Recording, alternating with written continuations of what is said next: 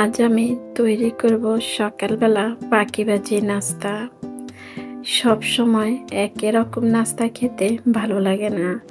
নাস্তার মধ্যে যদি মাঝে মধ্যে ভিন্নতা আসে তাহলে সবার কাছে ভালো লাগে। কিভাবে এই পাখিবাজি নাস্তাগুলা তৈরি করে নিলাম তাহলে সবাই চলো আমার সাথে পুরাটা ভিডিও দেখে আসি।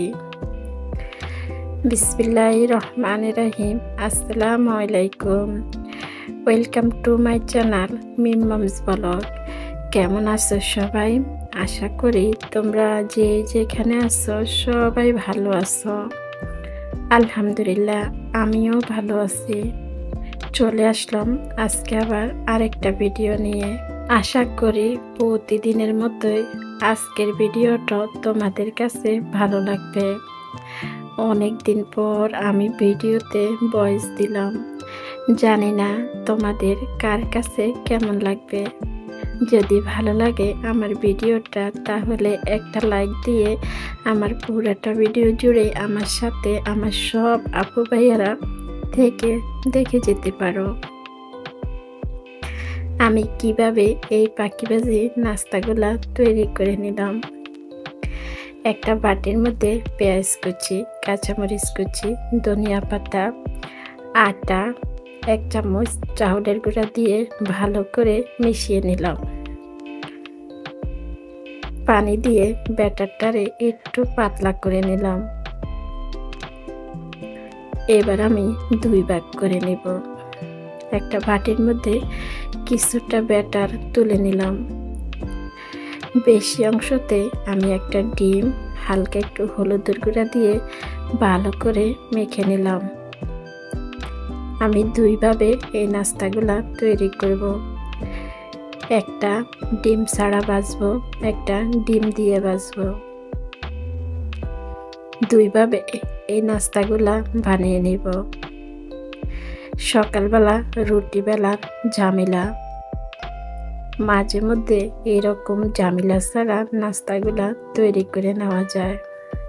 মাঝে মধ্যে যদি নাস্তার মধ্যে ভিন্নতা আসে তাহলে সবাই কিন্তু পছন্দ করে খাবে। আমি প্রথমে প্যানের মধ্যে তেল ছাড়া ব্যাটারটারে এইভাবে চামচের সাহায্যে দিয়ে দেব। এপাশ ওপাশ হালকা করে একটু ভেজে তারপরে তেল দিয়ে ভাজবো। আপনারা চাইলে তেল ছাড়াও ভাজতে পারেন। কেমন হলো আমার পাখিবাজি নাস্তাগুলা সবাই কমেন্টে জানিয়ে যাবেন। চলে আসলাম দুপুরে রান্না করার জন্য। রান্না তো কম বেশ আমরা সবাই করতে পারি, তবে এক একজনের রান্না এক এক রকম, এই কারণে খাবারে ভিন্নতা আসে। আমি আজকে রান্না করব করলা দিয়ে, আলু দিয়ে ট্যাংরা মাছ। আমার কোন কোন আপু ভাইয়া এভাবে করলা আলু মাছের ঝোল রান্না করেন কমেন্টে জানিয়ে যাবেন। মাঝে মধ্যে এরকম করলা আলু দিয়ে মাছ দিয়ে রান্না করলে অনেক মজা হয় খেতে। যে কোনো মাছ দিয়ে রান্না করা যাবে। যারা তরকারি খেতে পছন্দ করেন তারা কিন্তু রান্না করে নিতে পারেন, অনেক ভালো লাগবে। করলা আলু কেটে ভালো করে ধুয়ে নিলাম। ধুয়ে এবার রান্না করতে চলে আসলাম। চুলাতে একটা কড়াই বসাই দিলাম। পরিমাণ মতো তেল দিয়ে দিলাম। দিয়ে দিলাম পেঁয়াজ কুচি, কয়েকটা কাঁচামরিচ, হালকা একটু বাদামি কালার করে নেব। দিয়ে দিলাম আদা রসুন বাটা। একে একে আমি সবগুলা মশলা দিয়ে মশলাটারে ভালো করে কষিয়ে নেব।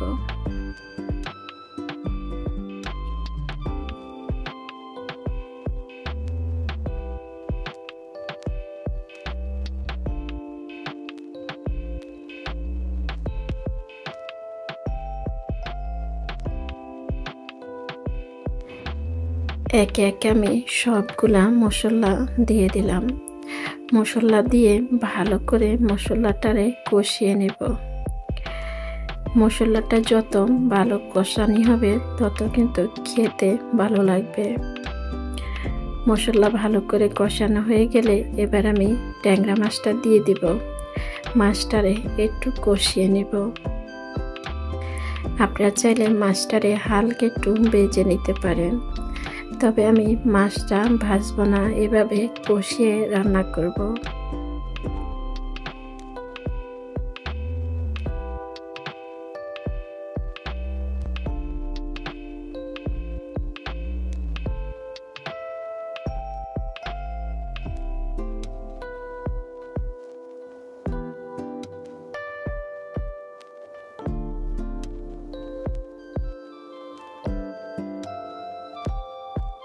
কিছুটা সময় নিয়ে মাছটা আমি কষিয়ে নিলাম। কষানো হয়ে গেছে, এবার আমি মাছটা তুলে নিব। একটা চামচ দিয়ে মশলাটা যতটা সম্ভব জোরে মাছটা তুলে নিতে হবে। মাছ তোলা হয়ে গেছে, একটা বাটির মধ্যে আমি সবগুলো মাছ তুলে নিলাম। এবার মশলাটারে কিছুটা সময় নিয়ে আবারও একটু কষিয়ে ঝোলটা শুকিয়ে নেব। এই ঝোলের মধ্যে এবার আমি করলা আর ধুয়ে রাখা আলুগুলা দিয়ে দিব। এবার করলা আলুটা ভালো করে কষিয়ে নিতে হবে।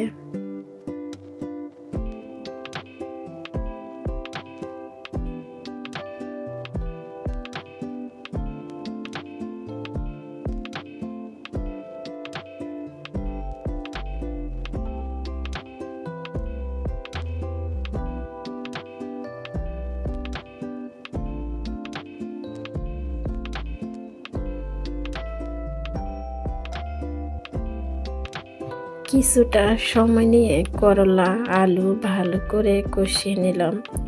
কষানো হয়ে গেলে ঝোলের জন্য পরিমাণ মতো পানি দিয়ে দেব। পানি দিয়ে ঢাকনা দিয়ে কিছুটা সময় রেখে দেব করলা আলুটা সিদ্ধ হওয়ার জন্য।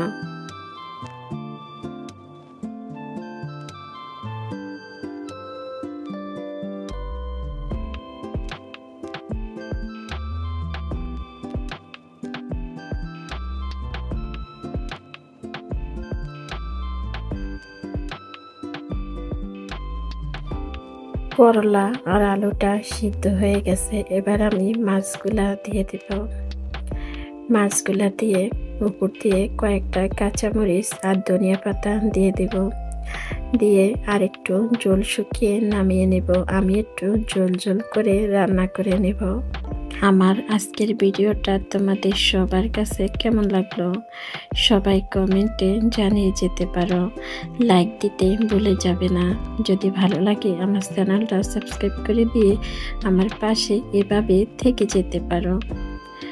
আজকের মতো আমি এখানে বিদায় নিলাম। আল্লাহ হাফেজ। আসসালামু আলাইকুম।